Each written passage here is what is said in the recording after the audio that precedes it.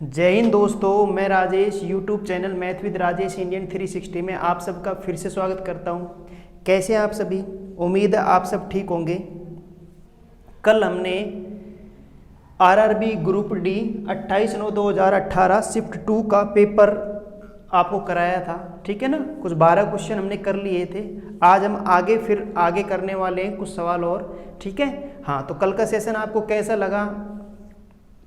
आपने comments box में कुछ ने लिखा भी, भाई आपका रेस्पॉन्स अच्छा आया, ठीक है। इसके लिए आपका भाई बहुत तहे दिल से बहुत बहुत धन्यवाद, ठीक है। और आज हम फिर से अपने चैप्टर को कंटिन्यू करेंगे और मैं आगे धीरे धीरे ऐसे ही सारे शिफ्ट के क्वेश्चन मैं आपको कराने वाला हूँ, ठीक है। तो पहले हम इनको करेंगे, फिर मैं आपका एनटीपीसी के क्वेश्चन भी कराऊंगा, ठीक है ना। तो मैथ्स के ऐसे ही धीरे धीरे क्वेश्चन अच्छी तरीके से सबको मैं अच्छे तरीके से बताने वाला हूँ भाई, ठीक है। आप बस बने रहें, वीडियो को पूरा देखे करें, एक भी क्वेश्चन आपको मैं छोड़ूंगा नहीं, सारे क्वेश्चन हम कराएंगे। क्लियर है ना? ठीक है। हाँ, और बेस्ट अप्रोच के साथ आपको मैं बताने वाला हूँ सारे क्वेश्चन। क्लियर है ना? और आपने भी कर ही लिए होंगे। दूसरी बात ये है बेटा, देखो आपको करना क्या है। अगर आपके पास ये बुक नहीं है तो मैंने पीडीएफ का लिंक दे रखा है, ठीक है ना। हाँ, तो वीडियो के नीचे डिस्क्रिप्शन में आप लिंक को एक बार खोल लें ना, ठीक है। वहाँ पे आपको ये क्वेश्चन मिल जाएंगे, कहीं पे कोई दिक्कत नहीं है। तो जैसे जैसे हम क्वेश्चन कराते रहेंगे मैं आपको लिंक देता रहूँगा, ठीक है। तो आपको वीडियो के नीचे डिस्क्रिप्शन में इसका लिंक मिल जाएगा, तो आप उसे एक बार देख लें। और वीडियो को भाई, वीडियो देखने से पहले आप लिंक को खोल के देख सकते हैं। मैंने कल की वीडियो के नीचे डिस्क्रिप्शन में लिख रखा है लिंक, ठीक है। और आज की वीडियो के नीचे भी आप देख लेना, ठीक है। आपको लिंक उपलब्ध हो जाएगा, ठीक है भाई। हाँ, क्लियर है ना? हाँ, तो हम अपना सेशन शुरू करते हैं और मैं आगे के कुछ क्वेश्चन और कराता हूँ आपको, ठीक है। तो देखो भाई, आपका नेक्स्ट क्वेश्चन क्या है? नेक्स्ट क्वेश्चन ये कह रहा है आपसे, देखो क्वेश्चन नंबर 13। क्वेश्चन नंबर 13 क्या कहता है भाई, देख लेते हैं अपन, ठीक है। तो क्वेश्चन नंबर 13 कह रहा है, एक समूह में 8 सबसे छोटी संख्याओं का माध्य कितना है? 17 है। जबकि एक साथ लेने पर सभी समूह की सभी, मैंने करा तो नहीं दिया क्या है भाई? बोलो, चलो देख लेते हैं ना, करा भी दिया होगा तो आप भी देख लेना, ठीक है। हाँ, देखो मैं करा रहा हूं दोबारा ना। एक समूह में 8 सबसे छोटी संख्याओं का औसत माध्य कितना है भाई? 17 है। 8 सबसे छोटी संख्याओं का माध्य कितना है बेटा? 17 है। जबकि एक साथ लेने पर समूह की सभी संख्याओं का माध्य कितना है? 20 है, ठीक है भाई। यदि सबसे छोटी 8 संख्याएं छोड़ने के बाद बची संख्याओं का माध्य 22 है, तो समूह में कुल कितनी संख्याएं हैं? देखो बताओ बेटा, अब इसे आप एलिगेशन से नहीं कर सकते क्या? किससे कर सकते हो? एलिगेशन से। कैसे भाई? देखो आप बताओ, 8 सबसे छोटी संख्याओं का औसत माध्य कितना है? 17 है भाई, ठीक है, कोई बात नहीं, 17 है तो ठीक है। हाँ, और अब आपसे कह रहा है कि शेष सभी छोटी संख्याओं को छोड़ दो। छोटी संख्याओं को छोड़ने के बाद जो औसत माध्य है वो कितना है? 22 है। लो भाई, ठीक है भाई, है ना। और इन सभी संख्याओं को एक साथ ले लूँ, सभी संख्याओं को ले लूँ तो औसत माध्य कितना बैठता है? 20 बैठता है। तो बताओ समूह में कुल कितनी संख्याएं, ये आपको निकालना है। तो समूह में कुल कितनी संख्याएं, ये आपको निकालना है। बेटा समझ में आ रहा है आपका क्वेश्चन? भाई क्वेश्चन ये कह रहा है, आपके पास कुछ संख्या है, तो 8 सबसे छोटी संख्या है जिनका माध्य दे रखा है। माध्य मतलब आप सब जानते हो, माध्य बराबर होता है राशियों के योग बटा राशियों की संख्या, नहीं एवरेज समझ सकता हूं मैं, समझ में आया नहीं है? माध्य का मतलब एवरेज ही होता है, ठीक है ना। हाँ, तो राशियों के योग बटा राशियों की संख्या, तो यहाँ पे तुम बताओ 8 संख्याओं का माध्य कितना है? 17 है। क्या है? 17।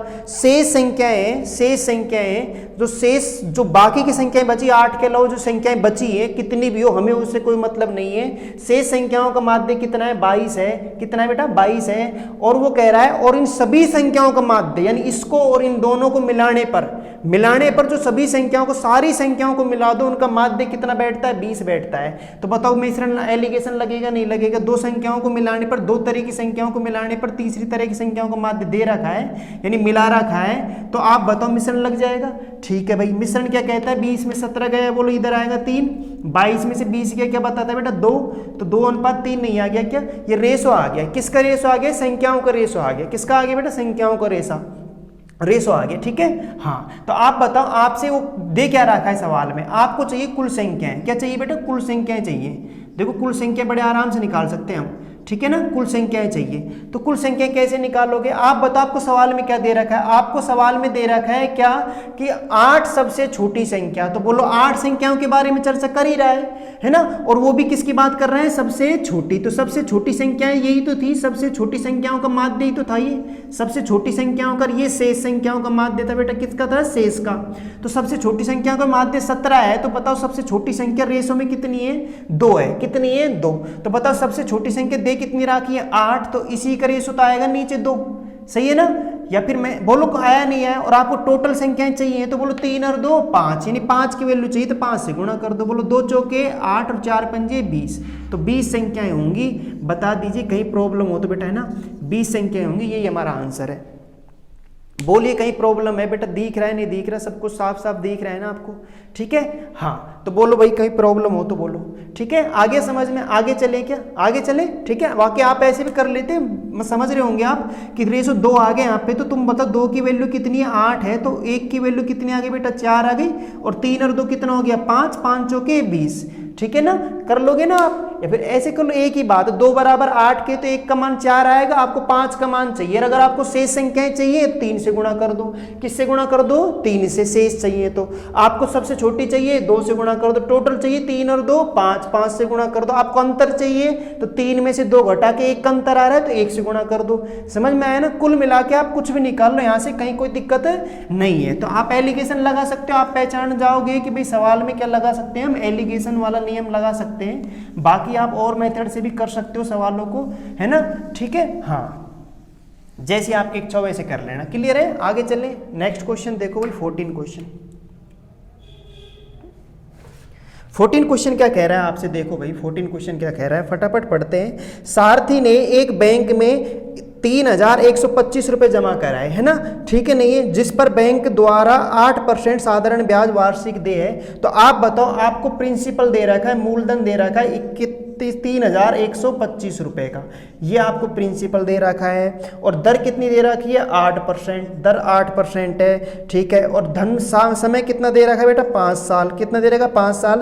तो वो कह रहा है तो वह कितना ब्याज अर्जित करेगा, तो वह कितना ब्याज अर्जित करेगा। आपको ब्याज चाहिए भाई, ब्याज मतलब यानी सिंपल इंटरेस्ट चाहिए, साधारण ब्याज, ठीक है, नहीं साधारण ब्याज का सवाल है। आपको ये चीजें दे ही रखी है, साधारण ब्याज आपको निकालना। बोलो फॉर्मूला क्या है आपका, सो फॉर्मूला है भाई साधारण ब्याज बराबर मूलधन गुणा दर गुणा समय। मैं ऐसे ही कर लूँ, है ना, बेसिक फॉर्मूले से कर लो, चाहे वैसे कर लो, ठीक है। बाकी ऐसा कुछ है नहीं सवाल में जिससे आपको लगे कि देखो, अब आप ये कहो गुरुजी अब बताओ, अगर मैं इनको क्लास में इन सवालों को कराता हूँ तो आप तो ये सोचते हैं सवाल आते ही नहीं है, ठीक है ना। पर आप देख लो, आपके सामने है सारे क्वेश्चन, ठीक है ना। हाँ तो क्वेश्चन छोटे भी आते हैं, मिडिल भी आते हैं, अच्छे क्वेश्चन भी आते हैं। तो हमको हर तरह के सवाल, छोटी से छोटी चीज भी सीखनी है, ठीक है, और हमें अच्छे लेवल पर भी जाना है, ठीक है ना। तो बस आप धैर्य के साथ बने रहे, है ना, ठीक है, और कुछ नहीं, ठीक है। अभी वैल्यू रखो, देखो भाई कर लोगे ना आप इसको। तो 31,25 मूलधन है हमारा, रेट कितना है 8 है, समय कितना है 5 है, बटा कितना है बताओ 100,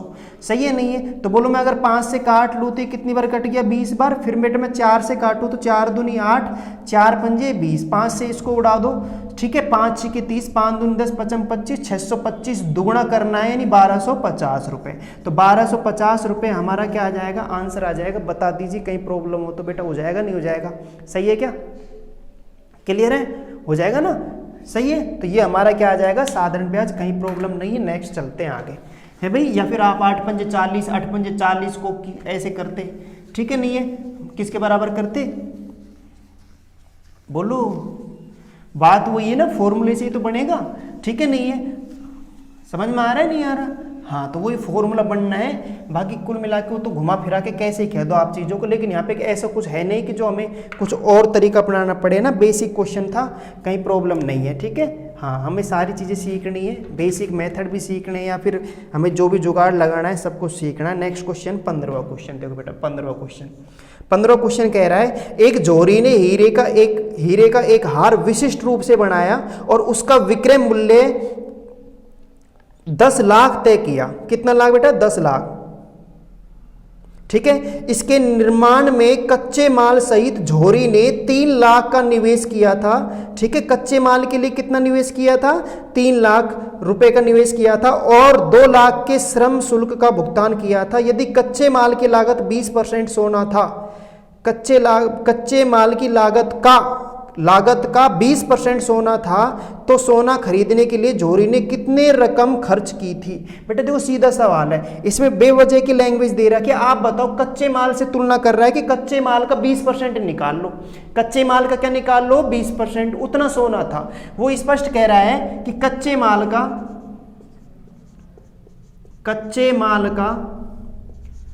20% सोना था। क्या था बेटा? सोना था, सोना, है ना। तो वही तो हमें चाहिए, सही है ना, वही तो हमें चाहिए, ठीक है ना, वही सोना चाहिए हमें, ठीक है ना, सोने की लागत देखनी है हमें। तो बताओ, स्पष्ट कह रहा है कच्चे माल का 20% निकाल लो, सोना आ जाएगा। और कच्चा माल कितना है भाई? 3 लाख। कितना है बेटा? 3 लाख। समझ में आ रहा है नहीं आ रहा? ठीक है ना, हाँ बोलो, 3 लाख है, ठीक है, ये 3 लाख हो गया। इसका 20% निकाल लो, 20% निकालो, परसेंट हटाऊंगा, सो नीचे आएगा, 0 से 0 कट जाएगा, ठीक है, नहीं है, और एक 0 से ये 0 उड़ा दो, सही है क्या। अब 2 तिया कितना आ गया? 6। 2 तिया कितना आ गया? 6, और 2 और 2 4 0 आ जाएंगी। बस यही हमारा आंसर है, सही है नहीं है? बोलो बोलो, किसी को प्रॉब्लम है तो भाई, ठीक है ना। तो 60,000 रुपये आ जाएगा आपका आंसर। ये आपका सोने पर आ गई आपकी लागत, ठीक है नहीं है।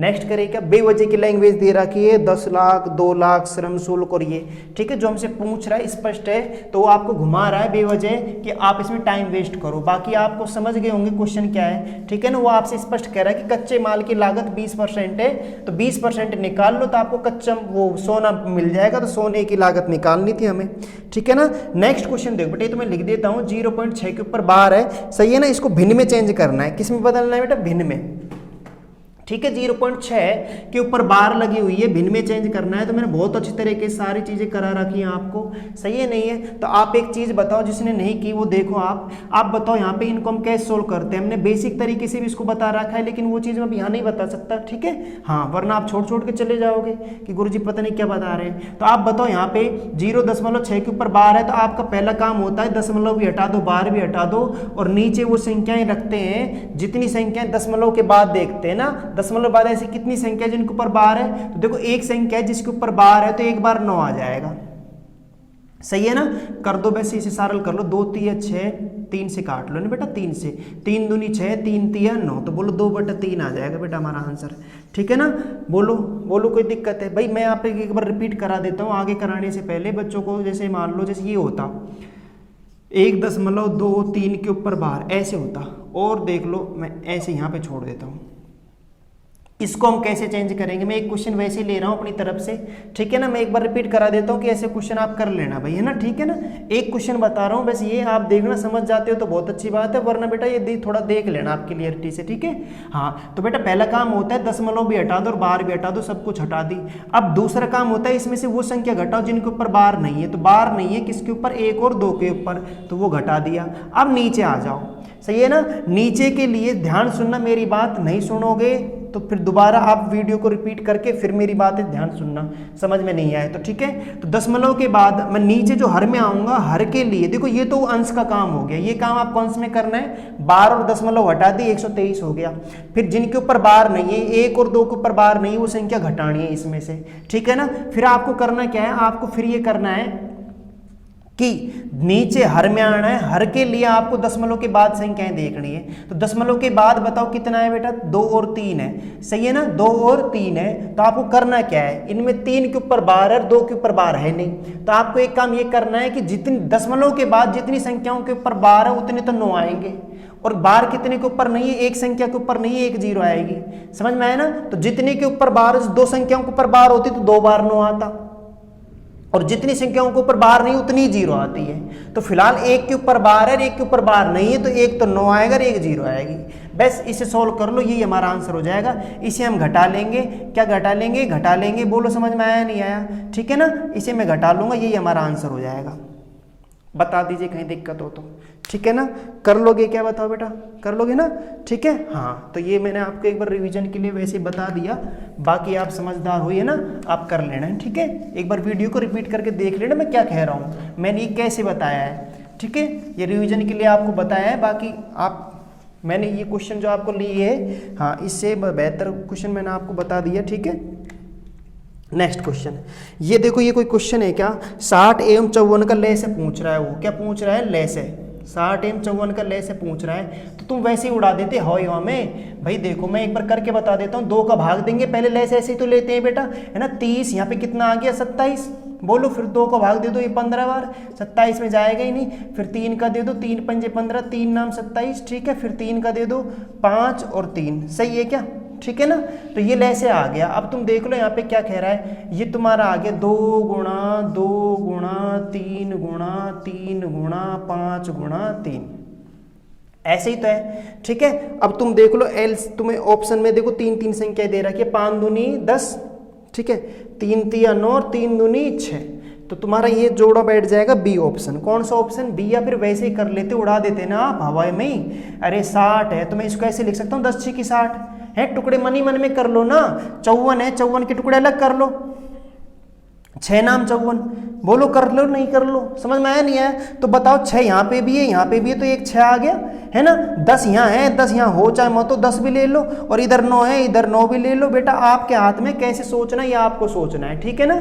समझ में आया ना। एलसीएम कैसे लेते हैं, जोड़े ही तो देखते हैं, सही है नहीं है। तो मैं यहाँ देख ले 6 यहाँ पे भी, यहाँ पे 6 ले लिया, 10 यहाँ पे नहीं है 10, तो मैंने 10 ले लिया, चाहे हो चाहे ना हो हमें लेना है, ठीक है। क्लियर है क्या, आगे चले नेक्स्ट देखते हैं। तो हमारा क्या आंसर हो जाएगा, 10 गुणा 6 गुणा 9, ऑप्शन कौन सा हो जाएगा, ऑप्शन हमारा हो जाएगा बी ऑप्शन। कौन सा ऑप्शन, बी, ठीक है, हो जाएगा ना। नेक्स्ट क्वेश्चन पढ़ो, ज्यादा जल्दी तो नहीं हो रही ना, है ना, ठीक है। आप देख लेना ना। नेक्स्ट क्वेश्चन देखो बेटा, अच्छा क्वेश्चन है पर इसे उड़ा दो, देखो फूंक मारेंगे तो ये पता भी नहीं चलेगा इसका। देखना आप, देखो अब ये क्वेश्चन क्या कह रहा है, लैंग्वेज बड़ी है ना, आप इस क्वेश्चन को देखना भाई, है ना, पीडीएफ खोल के बेटा। 18 क्वेश्चन, इंपॉर्टेंट क्वेश्चन, अच्छा क्वेश्चन है, पर देखो आप थोड़ा सा यहाँ पे ए और बी एक साथ, ए और बी एक साथ, देखो ए और बी है दोनों एक साथ, ए और बी, देखो अपन ऐसे उड़ा देंगे इस सवाल को। देखो ए और बी एक साथ 1.2 दिन में एक कार्य को पूरा कर सकते हैं। यदि ए अकेला आधा कार्य करके छोड़ देता है, ए आधा काम करके छोड़ देता है, तो बाकी बचे आधे कार्य को बी अकेला पूरा करता है। शेष काम को कौन पूरा करता है, बी। ए छोड़ देता है बीच में, ठीक है, आधा काम करके। इस तरह कार्य पूरा करने में 2.5 दिन लगते हैं। कितने दिन लगते हैं, 2.5 दिन, यदि बी ए की तुलना में अधिक कुशल है। बेटा इसको थोड़ा सा आप लैंग्वेज को सही कर लेना। यहां पे कह रहा है बी ए की तुलना में, ए की तुलना में 50% अधिक कुशल है, सही है नहीं है, 50% अधिक कुशल है। ये थोड़ी सी लैंग्वेज आप इसको सही कर लेना, अधिक कुशल है। और बी अकेला ही उस कार्य को शुरू से आखिर तक पूरा करे तो उसे कितने दिन लगेंगे, तो उसे कितने दिन लगेंगे ये हमें निकालना है। बोलो समझ में आया नहीं आया, तो उसे कितने दिन लगेंगे, ठीक है। अब बेटे देखो इसको करोगे कैसे आप, इसको कुछ मत करो, तुम इसे उड़ा दो, इसे ना, इसे बेसिक तरीके से नहीं करेंगे हम, लंबा बहुत हो जाएगा। आप बताओ यहाँ पे बी ए की तुलना में 50% अधिक है, तो बेटा अगर मैं इसकी फ्रैक्शन वैल्यू बनाऊंगा तो तुम मतलब 50% अधिक है, तो परसेंट हटाओगे 100 नीचे आएगा। अब 50 अधिक है तो ये 150 ही तो आएगा, 100 में जोड़ोगे ना 50 अधिक है, ये वर्ड सोच रहे हो अधिक है, अधिक नहीं होता तो 50/100 ही आ जाता, लेकिन अधिक लग रहा है तो 50 ज्यादा है इससे नीचे वाली संख्या से, तो 100 तो 150 होगा। तो तुम बताओ, मैं यहाँ पे ऐसे लिख सकता हूँ 50% अधिक को मैं ऐसे लिख सकता हूँ 150/100। बताओ बेटा कोई दिक्कत हो तो बोलो, सही है ना, कर लोगे ना। अब आप बताओ, यहाँ पे ए का मान ये वाली संख्या होती है, बी का मान यही तो होता है, सही है। हम इसे थोड़ा सिंप्लीफिकेशन करें, 50 से काटो, 50 दूनी 100, 50 या 150, तो ए का मान कितना आ जाएगा 3, सॉरी ए का मान 2, बी का मान कितना 3, यानी ए की क्षमता अगर 2 है तो बी की क्षमता कितनी है 3 है। समझ में आया नहीं आया, कैपेसिटी आ गई है। आपको मान किसका निकालना है, बी का निकालना है। किसका निकालना है बेटा, बी का मान निकालना है। समझ में आया नहीं आया, ठीक है, हाँ, क्योंकि बी ने आखिर तक काम किया है, बी लगा रहा भाई, ए छोड़ के चला गया, बीच में आधा काम करके छोड़ के चला गया, बी लास्ट तक लगा रहा है। तो आपसे यही पूछ रहा है बी कितना समय लेगा, ठीक है ना। तो आप कुछ मत करो, आप बताओ ए और बी दोनों कितना समय ले रहे हैं, 1.2 पूरा काम करने में। आखिर तक अगर ये दोनों काम करें, आखिर तक लास्ट तक, तो 1.2 दिन लगेंगे, नहीं लगेंगे। ए और बी आखिर तक शुरू से एंड तक करते हैं दोनों के दोनों, तो 1.2 दिन लगते हैं, ठीक है ना। अब इसको देखो तुम कैसे इस कैपेसिटी कैसे एडजस्ट करोगे, ये टोटल काम है नहीं है क्या, तो यहां से भी टोटल निकालो, 3 और 2 5, 5 से गुणा कर दो। समझ में आ रहा है नहीं आ रहा? ठीक है भाई, क्लियर है क्या? अब तुम निकाल किसका काम रहे हो वो बताओ मुझे भाई। बी का निकालना है। किसका निकालना है? बी का। तो बी का कितना है बताओ? 3 है, तो 3 से भाग दे दो। अगर मैं ए का निकालूंगा तो 2 से भाग दे दूंगा। अब आप कर लो बेटा, 3 चौके 12.4 आ गया, 4 पंजे 20, सही है ना। और 1 अंक बाद पॉइंट लगाऊंगा तो ये पॉइंट 2 आ जाएगा। तो तुम बताओ यहाँ पे कितना लगेगा? 2 दिन लगेगा। कितना दिन लगेगा? 2 दिन, 2 डेज, सही है ना। पॉइंट के बाद 0 है ना बेटे, पॉइंट नजर आ रहा है ना। 2.0 का मतलब 2 ही दिन तो हो जाएगा, 2 दिन, 2 दिन, ठीक है। यही आंसर है हमारा। बताओ समझ में आया नहीं आया? मैं दोबारा समझा देता हूँ। 1.2 दिन, शुरू से आखिर तक 1.2 दिन काम कर रहा है, सही है ना। टोटल काम है नहीं, तो यहां से भी टोटल से गुणा कर दो इसे। टोटल 3 और 2 कितना हो गया? 5, क्योंकि ये तो बी की कैपेसिटी है, ए की कैपेसिटी 5 से गुणा कर दिया। और बी का निकालना है तो उसका भाग दे दो बी का, ए का निकालना है तो ए का भाग दे दो। समझ में आया नहीं आया? क्लियर है क्या ये चीज? क्लियर है भाई? आगे चले, बताओ तुम्हें कैसा लग रहा है पढ़ के, है भाई? बोलो, मजा आया नहीं आया? अब पता नहीं तुम्हें आया नहीं आया, सही है ना। नेक्स्ट क्वेश्चन देखो, ठीक है। ऐसे ही उड़ा देंगे सारे सवालों को, तुम घबराओ नहीं वैसे, है ना। ठीक है, तुम तो बस पढ़ते जाओ, तुम्हारा काम बस केवल क्या है? पढ़ना है, ठीक है। जितना काम मेरा है कि मैं अपनी ईमानदारी से आपको सब कुछ बताऊं, आपको ईमानदारी से आपको पढ़ाया जाए, है ना। ठीक है, आपको कहीं किसी प्रकार का कोई धोखा ना दिया जाए, ठीक है। हाँ, क्योंकि यूट्यूब पर अब तुम्हें पता है कुछ क्या हालत है, ठीक है। बताने वाले टीचर अच्छे भी हैं तो कुछ वाद भी मिल जाते हैं। समझ में आया नहीं आया? ठीक है ना। हाँ, तो आपको करना क्या है? आपका काम बेटा एक ही है कि ईमानदारी से पढ़ते रहो, एग्जाम का प्रेशर बिल्कुल ना लो, सही है नहीं है। हाँ, धीरे धीरे चाहे कैसे पढ़ रहे हो पढ़ते रहो, वैसा आप काम है चलते रहना, ठीक है। हाँ, हमें ज़्यादा तेज नहीं भागना, खरगोश की तरह भागो। हम चाहे कछुए की चाल ही चलें, लेकिन हम चलें तो अच्छी तरह चलें, ठीक है ना। रुकने का नाम मत लेना, बस कुल मिला के बात ये है बेटा, ना, ठीक है। हाँ, जीतेंगे हम ही, टेंशन ना लो आप, है ना। ठीक है, देखो इस क्वेश्चन को देखो, ये क्वेश्चन आने लायक है नहीं पर आ रहे हैं ना, तो आप करके देखो। 508 पर बेटा यही है कि आप इनमें कितना कम समय ले रहे हो। समय और बचा ना, टाइम की बात है, वरना कर तो आप भी लोगे, सही है नहीं है? नहीं कर लोगे क्या? कर लेंगे, ठीक है ना, क्योंकि आप इंटेलिजेंट हो, हमें पता है आप इंटेलिजेंट हो भाई, ठीक है। मैं आपको नेक्स्ट क्वेश्चन करा रहा हूँ, इसके ऑप्शन लिख रहा हूँ, क्योंकि बिना ऑप्शन के सवाल होगा नहीं, बिना ऑप्शन के ये सवाल बेटा होगा नहीं, ठीक है ना। निम्नलिखित में से कौन सी संख्या 12 से विभाज्य है? ये हमारा 19वां क्वेश्चन है बेटा, 19वां क्वेश्चन, ठीक है ना। हमें देखना है कि इन संख्याओं में 12 से विभाज्य संख्याएं कौन सी है। मैंने सारे नियम लिखा रखे हैं, सारे, ठीक है ना। हाँ, ऑफलाइन क्लासेज मैंने आपको सारे नियम लिखा रखे बेटा, है ना, ठीक है। ऑनलाइन में अगर मैं नंबर सिस्टम पढ़ाता हूँ तो बेटा सब कुछ बताऊंगा, कोई दिक्कत नहीं है, ठीक है ना।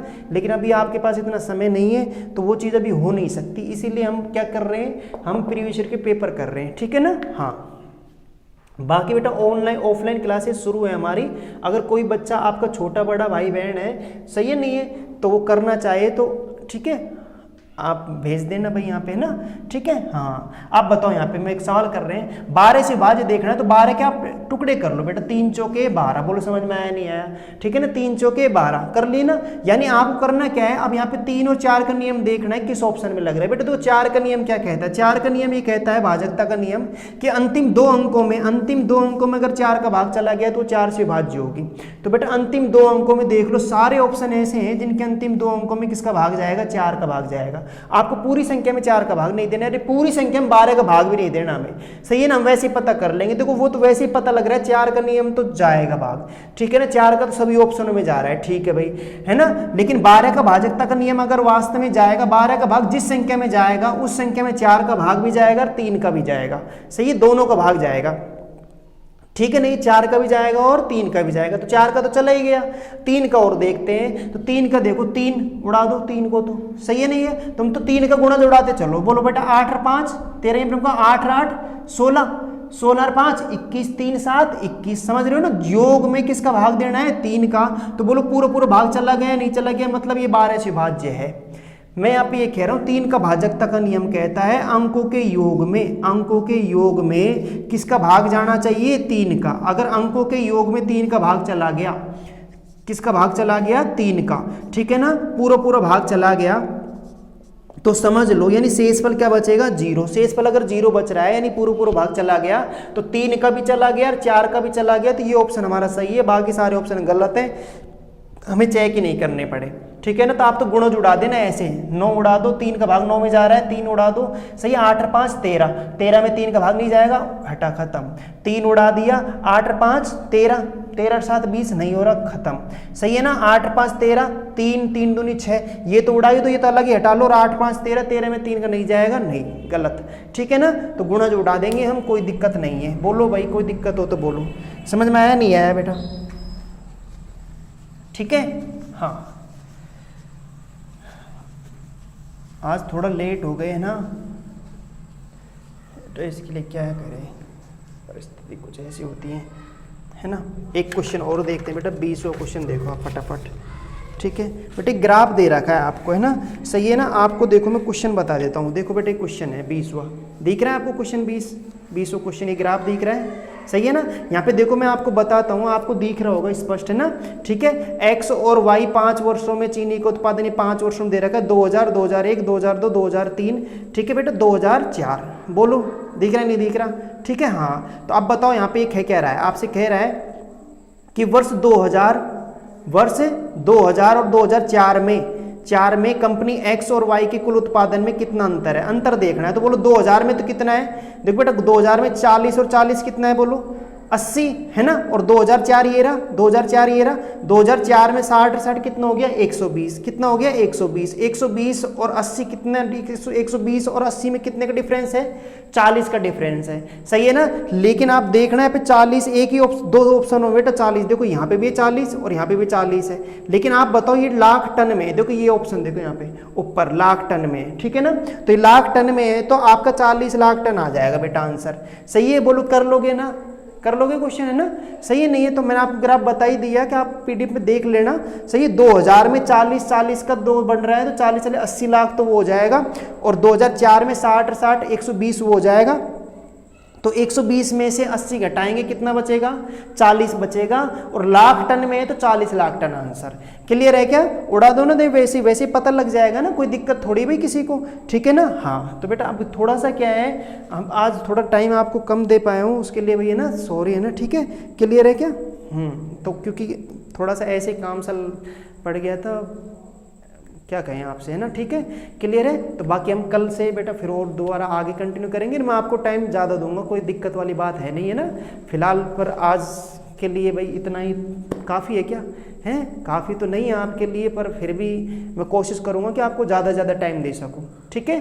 तो बेटा वीडियो कैसा लगा आप ज़रूर बताना, है ना, लाइक शेयर और कमेंट्स बेटा कर दिया करो, ठीक है। हाँ, और ज़्यादा से ज़्यादा शेयर करो अपने जो चैनल को, ठीक है, जिससे थोड़ा सा उत्साह मेरा भी बढ़े और मैं आपको और अच्छे अच्छे कंटेंट लाता रहूँ ऐसे ही, ठीक है।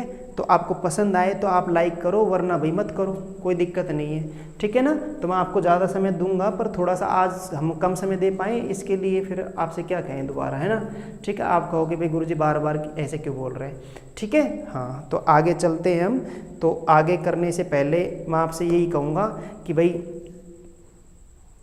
आप निरंतर पढ़ते रहें, है ना, अपना धीरे धीरे करते रहें, आप लगे रहें, आप ये ना सोचें कि भाई हमारी एग्ज़ाम आ गई है, सही है, नहीं है, थोड़ा सा आप, है ना, देखो आपका पढ़ने का तरीका होना चाहिए कि ये नहीं है कि कल की एग्ज़ाम है, परसों एग्ज़ाम है, 15 दिन बाद एग्ज़ाम है, महीने बाद एग्ज़ाम है, घबरा जाओ ऐसे यूँ हाँफने लग जाओ, है, ऐसा नहीं करना है। आप निरंतर पढ़ते रहो, बस निरंतर चलता रहना है, देखो सही है ना, जैसे पानी निरंतर चलता रहता है तो शुद्ध रहता है बेटा, और आप रुक गए ना तो फिर मामला ख़राब है, ठीक है ना। हाँ कि मैं तो एक दिन में पढ़ लूँगा, वो तो आप भी जानते हो, वो चीज़ तो बताने की आवश्यकता है नहीं, पर मैं तो ये कह रहा हूँ आप कंटिन्यू पढ़ते रहो, चाहे कहीं पे भी जाओ, लेकिन आप पढ़ो ज़रूर, सही है, नहीं है, ठीक है। तो आप निरंतरता से पढ़ते रहो, घबराओ बिल्कुल नहीं। जो अब तक जिसने तैयारी नहीं की है, तो मैं तो यही कहूँगा वो अब भी तैयारी करेगा तो भी अपने लक्ष्य को पा सकता है, सही है, नहीं है, ठीक है। तो आप है कि अब तक अगर आपने मान लो ढिलाई दी है तो अब मत दो, ठीक है। अब आपके एग्ज़ाम नज़दीक है बेटा, ये चांस ना जाने दो आप, है ना, सही है, नहीं है, ठीक है। पर ऐसे मौके बार बार नहीं मिलते, पता नहीं फिर कब नंबर आए, क्लियर है ना। इसलिए आप थोड़ा सा अपनी लगन को, मेहनत को थोड़ा बढ़ाओ, और आप अपनी मेहनत लगन से इस पेपर को पार कर लो, ठीक है। ठीक है, तो हम कल मिलते हैं, है ना। ठीक है, और कल मैं आपको ये कोशिश करूँगा कि आपको ज़्यादा से ज़्यादा समय दे सकूँ, ठीक है ना। हाँ भाई, थैंक यू बेटा ना, धन्यवाद, ओके है ना, जय हिंद।